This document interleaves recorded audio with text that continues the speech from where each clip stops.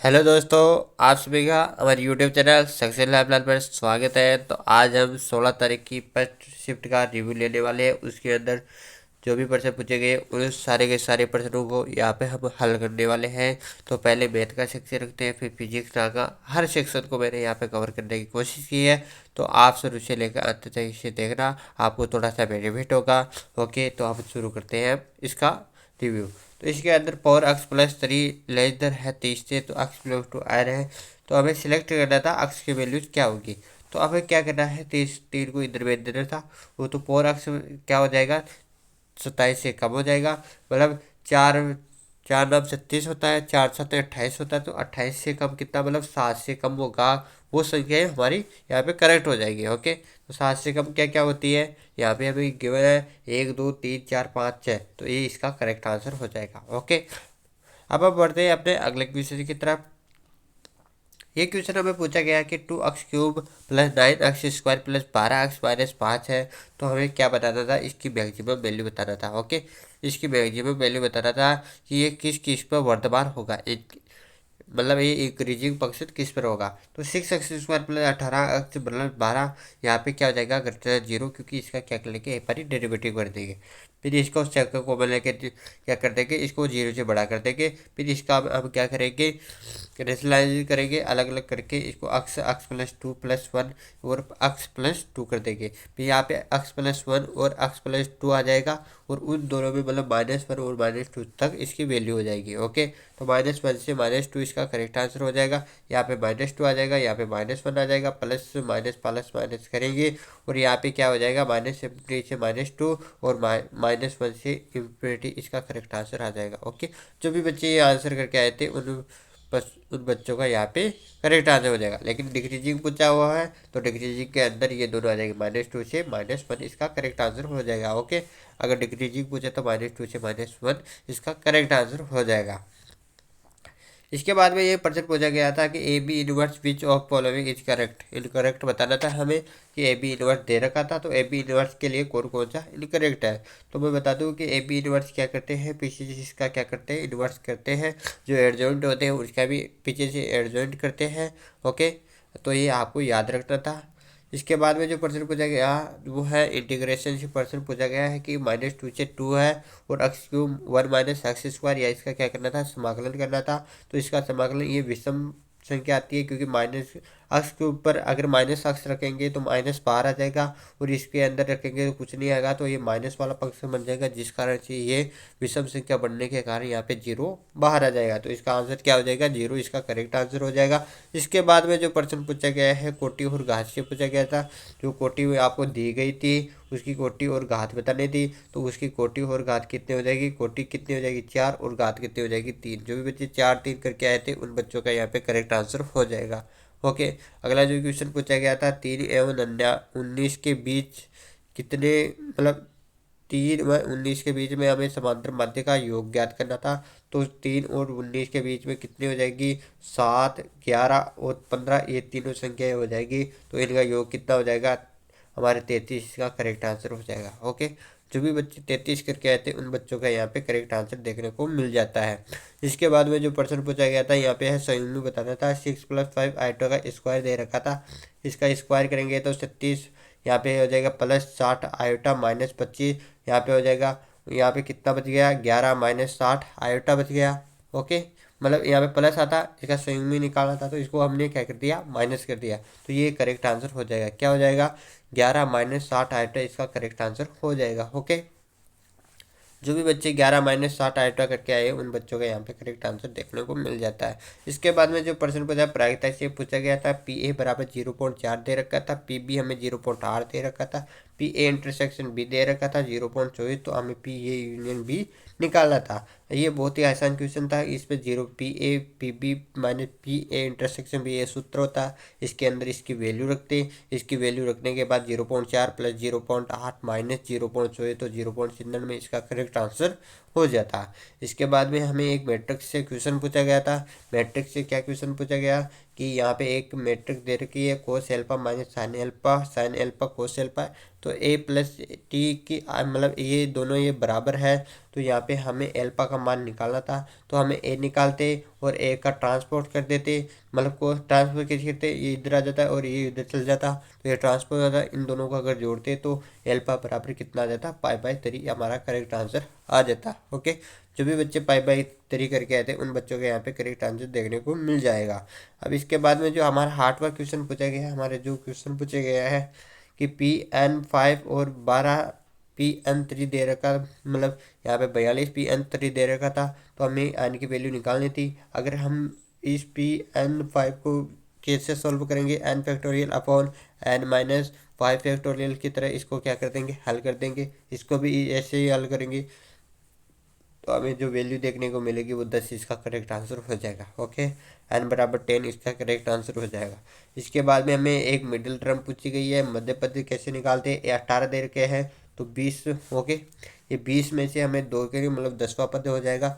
10वां पद हो जाएगा तो मतलब इसके अंदर C9 18 हो जाएंगे। ओके, माइनस C9 18 इसका करेक्ट आंसर हो जाएगा।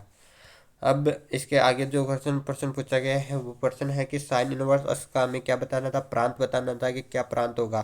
तो हम जानते हैं कि साइन इनवर्स और कोस इनवर्स की एक ही प्रांत होती है, वो होती है -1 से +1। ओके, -1 से +1। अगर आपको इसके अलावा प्रास पूछता तो -π/2 से π/2 इसका करेक्ट हो जाता है। इसके बाद में जो प्रश्न पूछा गया है सरल रेखा से पूछा गया, सरल रेखा का हमें समीकरण बताना था। हमें दे रखे थे 3,5 2,-1, तो हमें इन दोनों की जो लाइन बतानी थी, तो इस दोनों से पॉइंट दिए हुए हैं तो हमें लाइन कैसे निकाल सकते हैं, अक्ष माइनस अक्ष 1 और यहाँ पे बराबर में यहाँ पे y-y1। ओके, यहाँ पे m आ जाता बराबर y-y1। इससे m की वैल्यू हम जानते हैं क्या होती है, y2 माइनस y1, और x2 माइनस x1 रखने से इसकी जो वैल्यू है वो यहाँ पे आ जाती। या आप क्या करते इन पॉइंटों को उस प्रश्न में के अंदर रख देते तब भी इसका मान आ जाता। इसके बाद में जो प्रश्न पूछा गया है, ये प्रश्न पूछा गया है कि एफ अक्स दे रखा था 1 से 2, अक्स नॉट बिलोंग टू 0, अक्स बराबर 0। तो हमें क्या करना था कि ये बताना था कि ये कंटिन्यूस है या नहीं।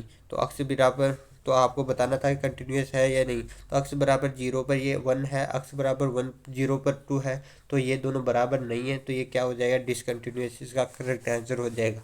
जो भी बच्चे डिसकंटिन्यूस करके आए उन बच्चों के यहाँ पे करेक्ट आंसर हो जाएगा। इसके बाद में जो प्रश्न पूछा गया y बराबर अक्स तथा यहाँ पे y² बराबर 4y का क्षेत्रफल हमें ज्ञात करना था।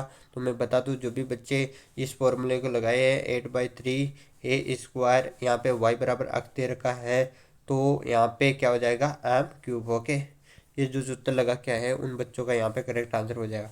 इसका जो आंसर है 8/3 इसका करेक्ट आंसर हो जाएगा। इसके बाद में जो प्रश्न पूछा गया था वो प्रश्न था अक्स कोस स्क्वायर अक्स dx करना था, समाकलन करना था। यहाँ पे अक्स 1 प्लस कोस अक्स अपॉन 2 इसका जो फॉर्मूला होता है वो यहाँ पे रख देते हैं। यहाँ पे कितना आ जाएगा, 2x आ जाता।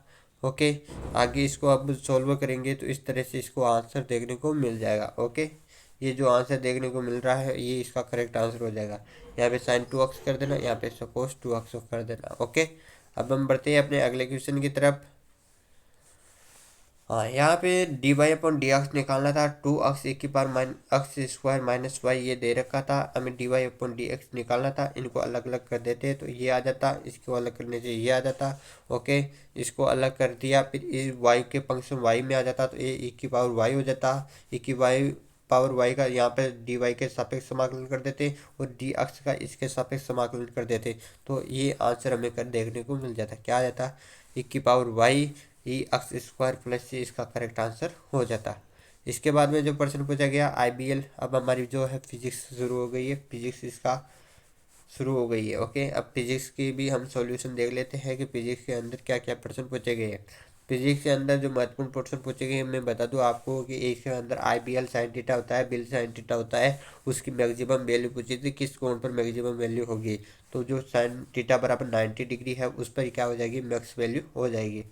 ओके, इसके बाद में जो प्रश्न पूछा गया है एक दूरी से संबंधित था कि इसका त्वरण हमें ज्ञात करना था। एस बराबर 6 + 18t + 9t² दे रखा था, तो हमें दोबारा इसका क्या करना था, अवकलन करना था। तो 18t आ जाता, मतलब 18 + 18t आ जाता। इसके बाद में अगर एक बार और अवकलन कर देते तो इसका 18 आंसर इसका करेक्ट आंसर हो जाता। ओके, इसका जो अवकलन होता तो 18 इसका करेक्ट आंसर हो जाता, जिसे हम त्वरण के नाम से जाना जाते हैं। त्वरण कितना आ जाता, 18 आ जाता। इसके बाद में NP/NS VP/VH होता है, हम जानते हैं। ये दे रखा था हमें, NP दे रखा था, VH दे रखा था, VP दे रखा था, NS निकालना था। ओके, तो इसमें NP 1000 दे रखा था, VP 220 दे रखा था, VH कितना दे रखा था, 4000 दे रखा था। अगर मैं इसे हल करेंगे तो कितना आंसर आ जाएगा, NS की वैल्यू हमें नंबर ऑफ सेकेंडरी में कितने आ जाएंगे, यहाँ पे 50,000 इसका करेक्ट आंसर हो जाएगा। इसके बाद में किरचॉफ का लॉ आ गया था। किरचॉफ का प्रथम नियम है किस पर आधारित है, तो हम सभी जानते हैं कि आवेश के संरक्षण पर आधारित है। और दूसरा नियम है वो ऊर्जा संरक्षण पर आधारित है, तो आप सभी को ये याद रखना था। इसके बाद में जो प्रश्न पूछा गया है A sin² KT दे रखा था। यदि A आयाम है तथा अक्ष विस्थापन है तो के बीमा को हमें ज्ञात करना था। के क्या बीमा हो गई, हम जानते हैं कि इसकी साइन थीटा के फॉर्म में आते हैं तो वो 1 के बराबर होता है। तो के की बीमा कितनी आ जाएगी, M0L0T-1 इसका करेक्ट आंसर हो जाएगा, क्योंकि ये T है ना, ये नीचे चले जाएगा। इसके बाद में जो प्रश्न पूछा गया वो प्रश्न पूछा गया T1 बराबर 127 डिग्री दे रखा था, T2 27 डिग्री दे रखा था, Q 40 किलो जूल दे रखा था, और हमें यहाँ पे 10 किलो जूल इसका करेक्ट आंसर हो जाएगा। ओके, हमें W दे रखा था कितना, 10 किलो जूल, जो कि हमारा करेक्ट आंसर हो जाएगा। क्योंकि यहाँ पे हमें क्या दे रखा था, ऊष्मा दे रखी थी, T2 दे रखा था, सिंक का तापमान दे रखा था, और स्रोत का तापमान दे रखा था। तो हमें कार्य पूछा था, तो कार्य कितना आ जाएगा, 10 जूल इसका करेक्ट आ जाएगा। जो भी बच्चे 10 जूल करके आए थे उन बच्चों का यहाँ पे करेक्ट आंसर देखने को मिल जाएगा। इसके बाद में हमें पूछा गया था चक्रीय प्रक्रम में ऊर्जा होगी, तो हमारे चक्रीय प्रक्रम में ऊर्जा कितनी हो जाएगी, ऊर्जा 0 हो जाएगी। लेकिन कार्य होता है, वो कार्य है ना, वो 0 नहीं होता है। तो आपको ये दोनों बातें याद रखनी थी। इसके बाद में जो प्रश्न पूछा गया है कुंडली के केंद्र पर बी होगा, कुंडली के केंद्र पर बी कितना होता है, तो बी ये आर के व्युत्क्रमानुपाती होता है। अगर आर बढ़ेगा तो बी का मान गिर जाएगा। ओके, इसके आगे जो प्रश्न पूछा गया है, अब इंग्लिश का सेक्शन आ गया है। इंग्लिश का सेक्शन आ गया है। इंग्लिश के अंदर जो भी महत्वपूर्ण प्रश्न पूछे गए हैं वो भी मैं आपको यहाँ पे करा देता हूँ। इसके लिए यहाँ पे पूछा गया है करेक्ट का हमें क्या बताना था, एडजेक्टिव बताना था कि करेक्ट का एडजेक्टिव फॉर्म क्या होगा। तो करेक्ट का एडजेक्टिव फॉर्म होता है करेक्टिव। तो जो भी बच्चे करेक्टिव करके आए उन बच्चों का यहाँ पे करेक्ट आंसर देखने को मिल जाएगा। इसके बाद में जो प्रश्न पूछा गया है क्वेश्चन नंबर 2, ही यहाँ पे हर लेटर या mouth ago a month ago, तो यहाँ पे आपको बताना था कि यहाँ पे क्या आएगा। तो यहाँ पे रिसीव्ड फॉर्म यहाँ पे करेक्ट आ जाएगा, क्योंकि यहाँ पे अगो दे रखा है तो अगो के अनुसार यहाँ पे रिसीव्ड यहाँ पे करेक्ट हो जाएगा। इसके बाद में नो सुनर से एक क्वेश्चन आया था कि नो सुनर दे रखा था, यहाँ पे देन दे रखा था। यहाँ पे आपको कुछ पर्सन पूछा था कि डिड ही, यहाँ पे आपको क्या कर दे दी थी, सेकेंड फॉर्म दे दी थी, तो उसको क्या करना था, फर्स्ट फॉर्म में चेंज करना था। ओके, डिड के साथ सेकंड फॉर्म नहीं आती है, तो ये प्रश्न आपको पूछा गया था। इसके बाद में यहाँ पे पूछा गया था he said to me that you can solve this sum, तो ये क्वेश्चन पूछा गया था। तो इसको आप बोलना he told me that I could solve that sum, ये करेक्ट इसका आंसर हो जाएगा। इसके बाद में नोवा क्वेश्चन पूछा गया है कि एमबी का इसका क्या होता है, एस्पेक्ट होता है। जो भी बच्चे इसके अंदर क्लियर करके आए थे उन बच्चों को यहाँ पे करेक्ट आंसर देखने को मिल जाएगा। इसके बाद में जो प्रश्न पूछा गया वो पूछा गया कि इनविजिबल, इनविजिबल मतलब अपराजित होता है, अपराजित होता है, ये आपको याद रखना था। इसका सिनोनिम्स आपको पूछा गया था। इसके बाद में जो प्रश्न पूछा गया रीता रेन पास्टली, तो पास्टली का कभी भी एडजेक्टिव नहीं, फॉर्म क्या होता है, पास्ट होता है। जो भी बच्चे इसके अंदर पास्ट इधर ढूंढ के आ गए थे पास्ट, वो यहाँ पे करेक्ट हो जाएगा। इसके बाद में जो प्रश्न पूछा गया एवरीवन पूछा गया था कि एवरीवन के आगे कौन सा प्रश्न आएगा, तो एवरीवन के आगे है जाता है, जो कि हम सभी जानते हैं एक वचन आ जाता है, सिंगुलर फॉर्म आती है। इसके बाद में रवि हेल्प द पुअर, यहाँ पे आपको यहाँ पे एक्टिव वॉइस पैसिव वॉइस, यहाँ पे नरेशन का पार्ट आ जाता है। नरेशन पूछा गया था, क्या पूछा गया था कि रवि हेल्प्ड द पुअर, तो इसका बना था the poor was helped by Ravi, the poor helped by Ravi, तो ये किसका करेक्ट आंसर हो जाएगा। इसके बाद में जो प्रश्न पूछा गया डील के साथ प्रीपोजिशन कौन सा होगा, तो डील के साथ प्रीपोजिशन इन हो जाएगा। ओके, ये मतलब एक आपको सेंटेंस दे रखा था, उसके अंदर डील आ गया था, डील के साथ यहाँ पे कुछ खाली स्थान था तो वहाँ पे हमें इन लगाना था। इसके बाद में जो प्रश्न पूछा गया वन वो looks at the bright side, तो वह कौन है जो हमें केवल ब्राइट साइड को देखता है, तो वो क्या हो जाता है, ऑप्टिमिस्ट। इसका करेक्ट आंसर हो जाएगा ऑप्टिमिस्ट होता है जो केवल ब्राइट साइड को ही देखता है। इसके बाद में जो प्रश्न पूछा गया है once in a blue moon, क्या वंस ए ब्लू मून, तो यहाँ पे करेक्ट आंसर क्या हो जाएगा, रेयरली, मतलब रेयरली, मतलब जो क्या होता है बहुत ही दिनों के बाद में दिखाई देता है, वो क्या हो जाता है, रेयरली। इसके बाद में जो प्रश्न पूछा गया वो है रिपीट। रिपील है, रिपील का क्या पूछा था, सिनोनिम से पूछा था, तो इसका क्या हो जाता है, रद्द करना हो जाता है, रिजेक्ट करना हो जाता है, तो ये इसका करेक्ट आंसर हो जाएगा। ओके, तो हम मिलते हैं हम अगले वीडियो में, तब तक के लिए जय हिंद जय भारत।